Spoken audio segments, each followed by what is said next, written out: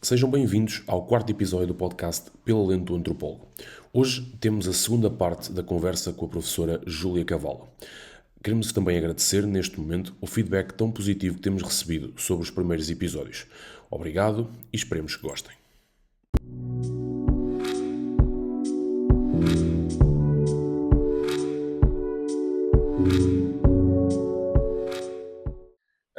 Há bocado estávamos a falar já, tocámos um bocadinho ao de leve nisto, estávamos a falar na questão de novas formas de atrair os alunos para as aulas. E eu pergunto, como é que as tecnologias digitais e, acima de tudo, como este mundo de redes sociais em que vivemos hoje em dia, como é que eles afetam a maneira como não só os antropólogos trabalham e fazem antropologia, como os próprios alunos acabam por conectar com ela?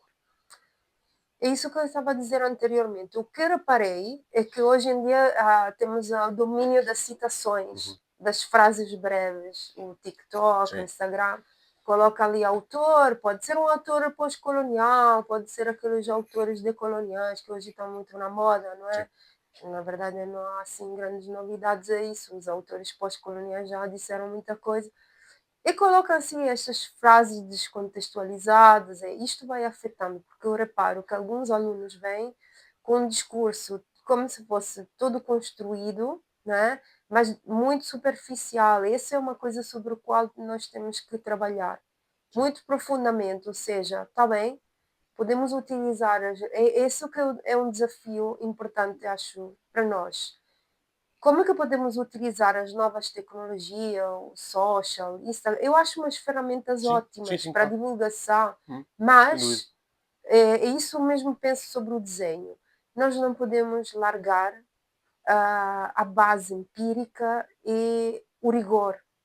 Eu acho que isto é um perigo que nós estamos a correr, não é? De termos uma série de frases preta por ter, não é? Tudo feitinho, tipo, descartável, não há mais nada à medida. É mesmo uma metáfora que encontro na moda, não é? Uhum. Antes se costurava algo à medida, tínhamos o tempo da qualidade. Hoje é tudo cheio, não é? Está tudo a ficar, desculpa mencionar Não, força, força. marcas, mas Tudo ok. corremos o risco de fazermos debate sobre o nada, sem Sim. fundamentação, sem algum rigor que nós precisamos. Por isso que eu estava a dizer, não podemos nos perder em posicionamentos ideológicos, Uhum. nós temos sempre que ensinarmos aos nossos alunos, precisamos a parte empírica, precisamos o aprofundamento, Sim. E e o diálogo. ideal, Desculpa, sim. outra Não, não, questão é o diálogo. A claro. dialética está-se a perder. Que sim. Eu acho que se comunica cada vez mais por mensagens ou por coisas rápidas do que provavelmente por troca de. E quando há um desacordo, as pessoas se bloqueiam. Já Sim, repara? isso é muito estranho. É muito estranho. Ou odeiam, ou outra pessoa não tem mesmo o nosso posicionamento, já é ódio, já Eu é acho que raiva. sim, eu acho que as pessoas já nem sabem discutir. E discutir, Não, digo isto no bom sentido até, não é só discussão má, mas a não, discutir, debater, debater, exatamente, acho que as sim. pessoas já não sabem fazer sem ser. A famosa dialética Sim, do Platão. Temos sim, que voltar aos nossos antigos que eram mais lúcidos do que sim. nós. E achas que há alguma prática ou alguma tecnologia emergente que está a mudar a forma como os antropólogos realizam os seus trabalhos ou a forma como dão aulas? Como realizam os seus trabalhos, eu acho que hoje em dia uma coisa sobre a qual está-se a falar muito são as práticas, aquelas mais colaborativas, Uhum. não é? Metodologias alternativas, mas isto não sei até que ponto, de facto, sabe, uma coisa é o discurso, uma coisa é a prática, Sim, eu não sei até que ponto, na verdade, estamos realmente a fazer isso de uma forma honesta, ou infelizmente, às vezes, não temos o tempo de fazer isto porque os financiamentos são curtos, não é? O tempo que temos é pouco. Estas práticas precisam de tempo, não é? Hum, Mudanças em como nós estamos a dar aulas. Não sei, uma coisa eu acho, pelo menos no curso de antropologia, uma coisa que estamos a tentar fazer é criar relações uhum. com os nossos alunos, ou seja, não é só eles, não são só uma matrícula, não são só um nome, um número, não é? Sim, Eles são pessoas que nós estamos a ver evoluir, estamos a ver caminhar. Acho que isso é um ponto, criar relações significativas. Claro, tem que haver do outro lado sim, também terreno para claro. isto, não é? Com os nossos alunos para que haja, lá está, o tal diálogo, tal possibilidade de estabelecer relações de confiança também, né? De crescimento recíproco, porque nós estamos a aprender também. Hum. Eh, Para encerrar este capítulo, como é que fazemos, ou como é que podemos fazer a disseminação da antropologia para o público que não conhece tão bem ou que não sabe o que é? Olha, outra questão sobre a qual tenho pensado também muito, sempre com esta premissa, que eu acho que mesmo quando estamos a fazer disseminação, não podemos perder o rigor, não é? Uhum, Podemos estar a simplificar de forma excessiva aquilo que nós levamos para fora, não é? Por isso a minha preocupação, por exemplo, o recurso do desenho, da arte, das novelas gráficas, não é? Pode ser uma boa forma. Eu acho ótimo também YouTube. sim.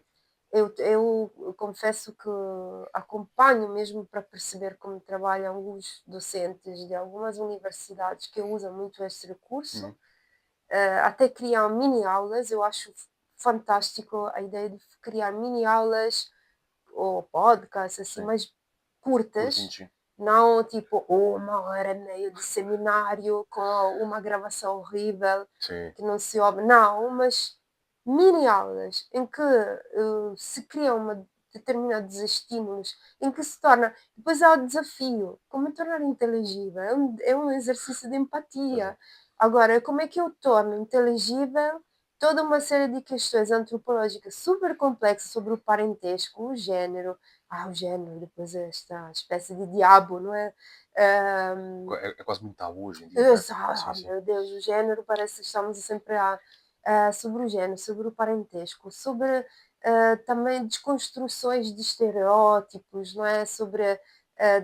Eu acho que mesmo na disseminação não temos que perder a tridimensionalidade daquilo que nós fazemos, nuances, a complexidade. Eu acho. Há duas coisas que têm que ser mantidas: é uma certa lentidão, um certo rigor e também a complexidade que é a experiência humana. Eu acho que se nós conseguirmos ensinar que não há nada de branco ou preto, que não há experiências que são simples, não é? Que as pessoas têm múltiplas identidades também, têm experiências das mais variadas. Essa complexidade temos que transmitir e, sobretudo, que nós somos feitos de relações e não de mónadas que viajam sozinhas, culturas, não é? Que viajam sozinhas, que se autorreproduzem.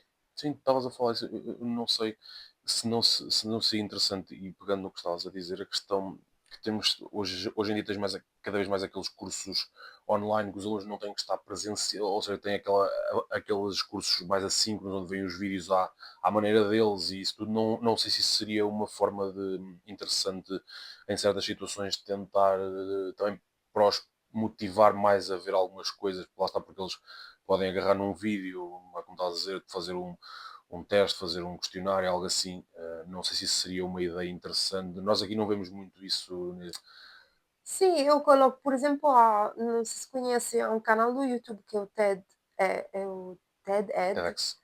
que sobre educação, tem desenhos animados Uhum, muito bonitos. Eu acho que há algumas questões ali que são levantadas nestes desenhos animados. Por uhum, exemplo, há uma parte sobre os aspectos feios da história, que eu coloco às vezes nas sim, aulas.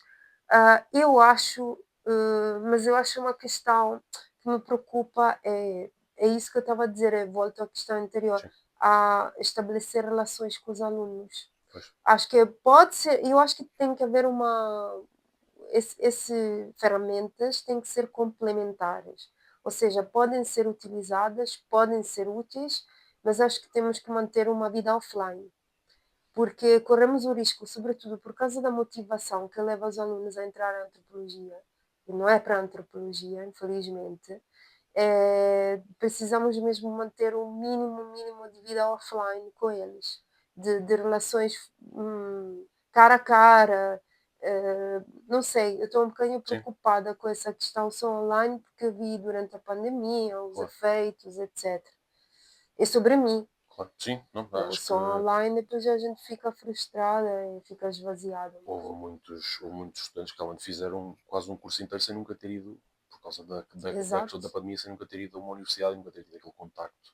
Isso acho que vai moldá-los nos próximos tempos, sem dúvida alguma. Mas estou de acordo que é uma aula unicamente frontal não vai ser muito útil, nesta geração. Sim,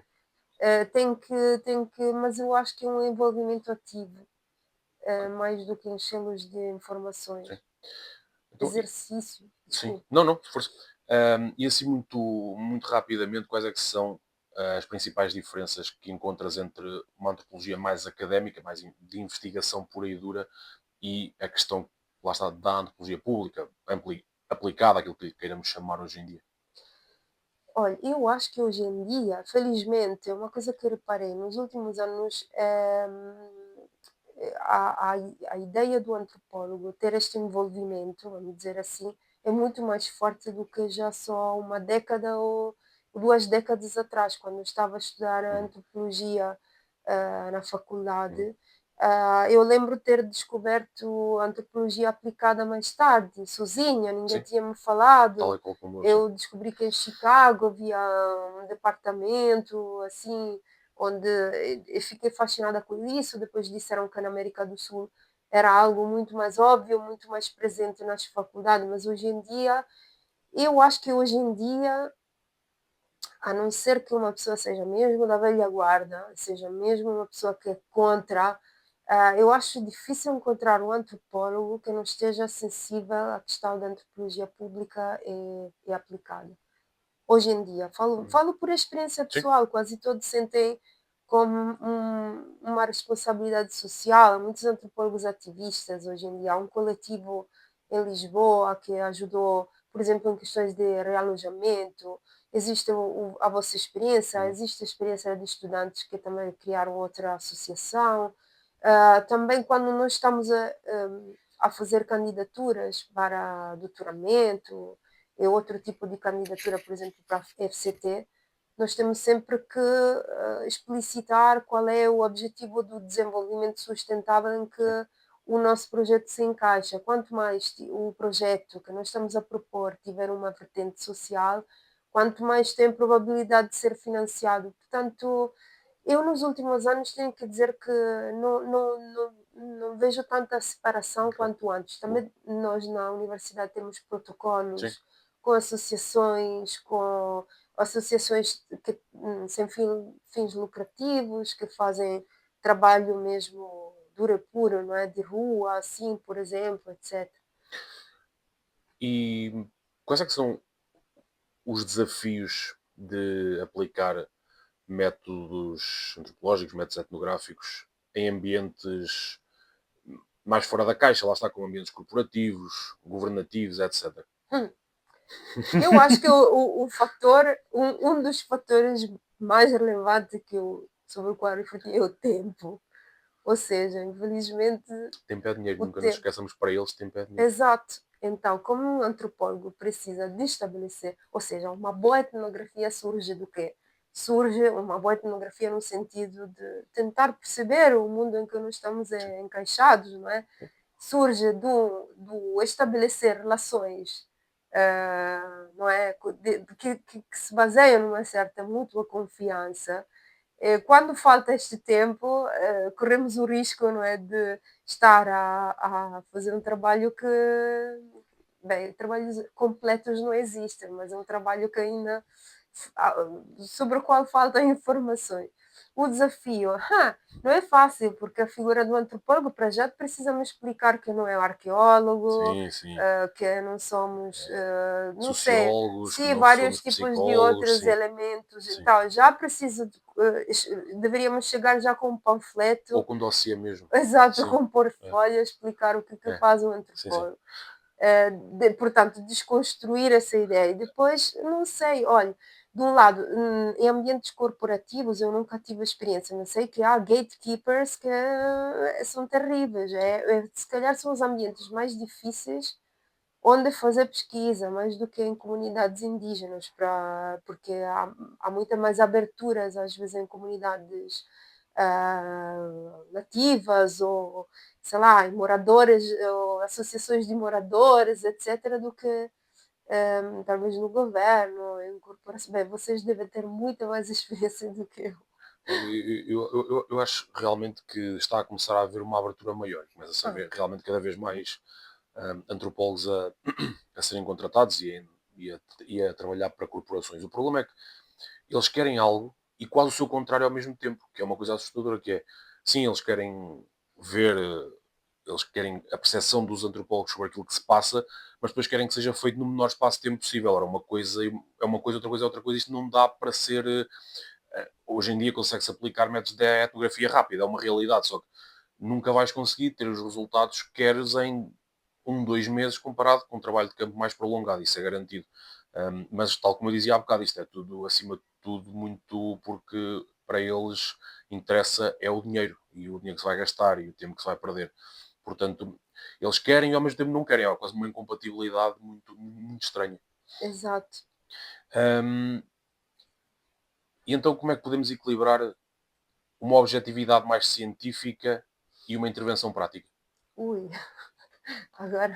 Isto é para fazer pensar. É, exato. Como é que podemos equilibrar? Esta é uma pergunta, não sei se tenho uma resposta tão já, porque eu própria exato, é tentar isso, continuar a manter um compromisso com um certo rigor, não é? Ou seja, deixar também que seja muito o campo a falar, e às vezes até, até conseguimos obter muitas informações não dito, não é? Tais, é interessante Uhum, também reparar, este tipo de atitude dá muita informação para nós, não sim. é? Ah, não sei, sinceramente não tenho uma resposta tão elaborada sobre isso, Ok. É mas total. Ok. vou Depois, pensar. depois combinamos uma segunda conversa. Ok, passando agora então numa parte um bocadinho mais. E agora que caminhamos para o fim, numa parte um bocadinho mais leve, digamos assim, eu pergunto se existe algum livro, algum filme, alguma experiência que mudou a forma como vês o mundo e que recomendações tens que possas fazer nesse aspecto. Ai, meu Deus. Algum filme? Sim. Ou alguma experiência, algum livro, alguma coisa que tenha feito ver o mundo de maneira diferente. Ah, E não tem que ser relacionado com antropologia, com pode ser antropologia. no geral, algo que tenha marcado. Estou a pensar Tudo bem, ainda. temos tempo. Bem, livros assim tão marcantes, eu tenho que dizer a verdade, eu não me lembro. Uhum, A não ser que eu li uma etnografia sobre Soweto, sobre uhum, feitiçaria, do antropólogo americano que se chama Adam Ashford, que para mim foi muito, muito importante. ok, Sobretudo para pensar de forma diferente sobre algumas categorias que estão lá, que são coloniais, uhum, etc., mas de uma forma muito. É outro livro que também para mim foi muito, muito marcante e que me fez repensar muitíssimo sobre algumas minhas ideias preconcebidas foi Global Shadow de James Ferguson, mas aqui estamos no domínio acadêmico. ok. Outra coisa que eu gostei muitíssimo, eu gosto muito das novelas gráficas. Tenho que dizer a verdade, é uma série de novelas gráficas mais históricas, mais do que Uhum, antropológicas, que me marcaram muito, porque é uma forma muito bonita de contar história, está lá a tal disseminação, claro. mas com imagem, não é? Com imagem que marcam. Há por exemplo, no caso italiano, há uma novela gráfica sobre aqueles dois juízes que foram mortos em 92, Falcone e Borsellino. Há outras novelas sobre Primo Levi até, que, Sim. não é? Mas também, por exemplo, sobre uma coisa do qual nunca se fala, que é o genocídio armênio. É que eles marcam-me muito. Tenho que dizer a verdade, é que o poder da novela gráfica, da imagem, para mim é algo que me marca muito. É algo que me transforma. E se depois surgirem mais ideias, porque agora Não, não tudo bem. não Pô, estava é isso. filmes, estava a pensar. Não, por enquanto Ok. não me surge nada. Olhando para isso e olhando para todas essas experiências que já fomos falando aqui, como é que a tua visão do mundo mudou desde que começaste a estudar antropologia? É isso. Imagina uma miúda que toda a vida é isso, eu estudei, como disse, Uhum. grego, antigo, latim, a história, sempre do ponto de vista muito da Europa, Europa, Europa, não é? Romanos, antigos romanos, fartámos de estudar a história de Roma, e não há mal nenhum Sim. nisso. Mas, por exemplo, nunca me tinha contado que os antigos romanos já, por exemplo, extinguiram espécies animais. Eu não sabia. Elefantes no norte de África, massacraram a natureza aqui na Península Ibérica, não é? Aqui também fizeram muito trabalho extrativista. São coisas sobre as quais nunca tinha pensado, até chegar à antropologia. A repensar. É como se tivessem revirado uma meia. Ou Ok. seja, eu comecei a ver a história, a minha própria história também, de um ponto de vista totalmente distinto. É pensar que as minhas categorias de pensamento não são universais. Olha que isto foi um trabalho que agora hoje em dia, claro, claro que não são universais, mas com 19, 20 anos isto não era nada, nada claro para mim. Ninguém me tinha ensinado isto, ninguém tinha, mesmo tendo estudado filosofia, nunca tinha pensado por exemplo, faço um conceito de divindade diferente Uhum. daquilo que foi concebido a partir da experiência cristã, por exemplo. Não é? Apesar de ter estudado as antigas divindades gregas, não é? Porque esse trabalho não poderíamos fazer, a antropologia do mundo antigo, poderíamos fazer, não é? Mas nunca tinha tido essa abordagem. Para mim foi a coisa que mais desconstruir é voltar a construir, é voltar a ter esse olhar mais amplo, né? Foi uma experiência a qual estou muito grata ainda hoje, é por isso que levo comigo na minha mochila a antropologia sempre, porque a antropologia eu não acho que seja uma disciplina, é uma missão, é um estilo de vida, é uma forma de estar. Eu mesmo quando estou em situações descontraídas, vejo sempre o mundo É, através um pouco desta lente. exato. Ahm, Qual é que seria o conselho que darias ao teu eu mais jovem? Isto é quase o que dizem os teus olhos, mas numa versão pior. Olha, cuidas um bocadinho mais do dinheiro, que foi uma coisa que eu sempre fui muito snob com Sim. dinheiro, por isso que hoje cuida um bocadinho mais. Na verdade, eu quando era muito nova tinha ideias muito mais claras do que agora. Sabia muito bem o que queria. Quando descobri a antropologia, já tinha decidido uma série de coisas. Se calhar é isso, não ter um bocadinho mais de atenção pragmática. Me faltou esta parte pragmática. Fiquei muito no ar, fazendo voo, sonhando, pensando que era imortal, não é? E que teria sempre contado com a capacidade de improvisação, de reciclagem da minha pessoa. Envelhecendo, sinto que é cada vez mais difícil essa reciclagem. Ok. Então vamos agora passar para mim para a parte que mais me interessa neste momento, que é e este é o capítulo final, digamos assim, que é eu vou-te fazer algumas perguntas rápidas Está bem. e, e eu quero que isto é mesmo importante sabermos as tuas opiniões sobre isto. Isto é mesmo Meu importante. Deus. Primeiro, se o antropólogo passar tanto tempo com um grupo que começa a agir como eles, isso é imersão total ou só falta de personalidade? Se calhar é um pouco as duas. Ok, percebo.